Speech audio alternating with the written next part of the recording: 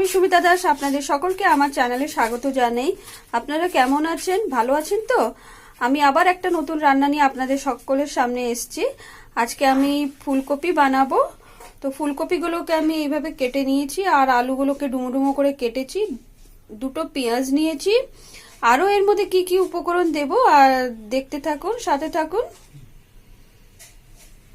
একদম সাধারণ আর রোজকার খাবারের মতন আমি এই কপির তরকারিটা বানাবো। এই মশলাটা আমি ফুলকপির তরকারির মধ্যে দেব। এটার মশলাটা আমি বেটেছি। এর মধ্যে আছে জিরা আছে, আদা আছে, রসুন আছে, লবঙ্গ আছে, এর মধ্যে বড় এলাচ, ছোট এলাচ আর দারচিনি দিয়েছি। আর এই দিয়ে আমি এটাকে পিষে নিয়েছি। আর এটা 1 চামচ হলুদ দিয়েছি, স্বাদ অনুসারে লবণ, আর 1 চামচের মতন লঙ্কা গুঁড়ো দিয়েছি। এটা আমি ফুলকপির তরকারির মধ্যে দেব। এবার কড়াইতে সরষের তেল দিয়ে দিলাম।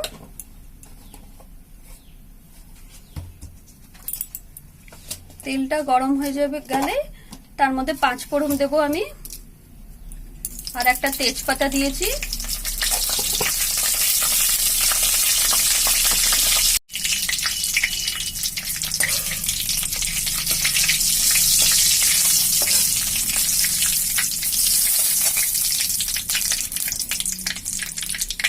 এবার আমি এর মধ্যে ফুলকপি দিয়ে দেবো। এবার আমি এর মধ্যে ফুলকপি আর আলুটা দিয়ে দিলাম।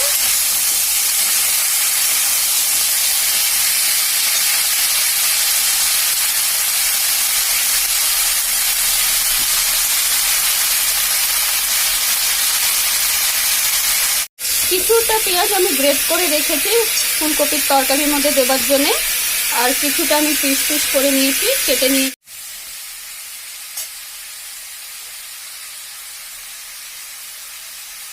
ফুলকপির এই ডাঁটাগুলো খেতে খুব ভালো লাগে, তা আমি এর মধ্যে ফুলকপির ডাঁটাও দিয়ে দিয়েছি।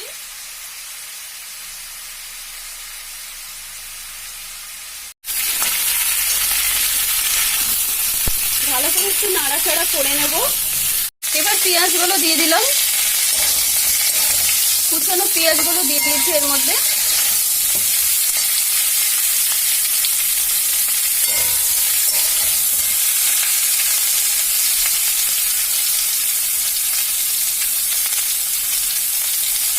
চারটের মতন কাঁচা লঙ্কা দিয়েছি।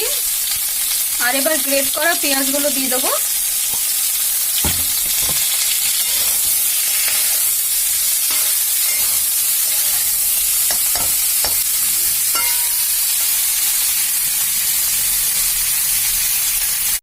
এবার মশলাগুলো দিয়ে দিলাম। ভালো করে নাড়াচাড়া করে নেব।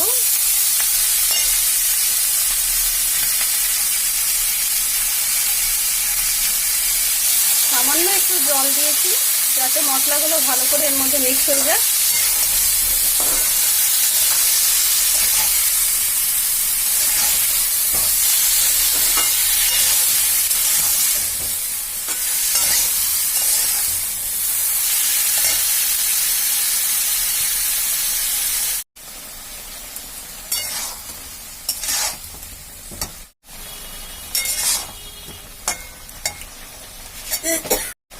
হাফ চামচের মতন একটু লঙ্কা গুঁড়ো দিলাম,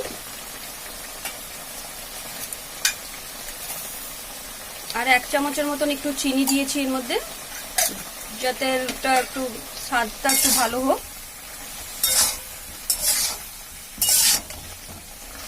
চিনিটা দিলে একটু ব্যালেন্স হবে সবকিছুর, তাই চিনিটা এর মধ্যে দেওয়া হয়েছে, আর স্বাদও একটু বেড়ে যাবে।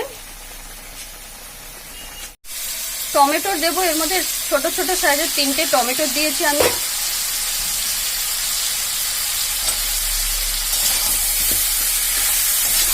ভালো করে মিক্স করে নেবো এটাকে।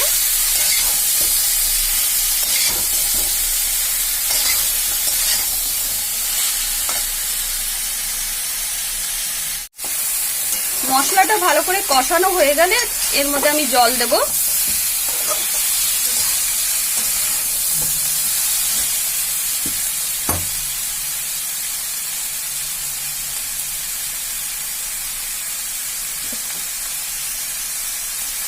এবার আমি এর মধ্যে জল দিয়ে দেবো। মশলাটা কষানো হয়ে গেছে।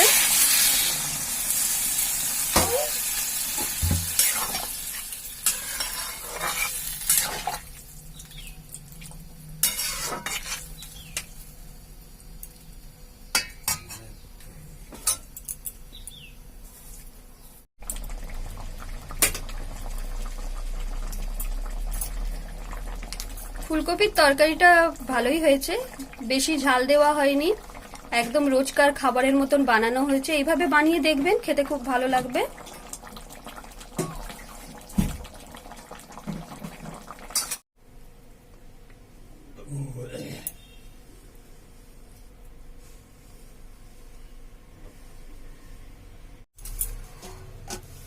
ফুলকপির তরকারিটা হয়ে গেছে, আমি এটাকে নামিয়ে নিয়েছি। আমার এই রেসিপিটা যদি আপনাদের সবার ভালো লাগে তাহলে একটা লাইক, শেয়ার, কমেন্ট, সাবস্ক্রাইব করে আমার চ্যানেলটির পাশে থাকবেন।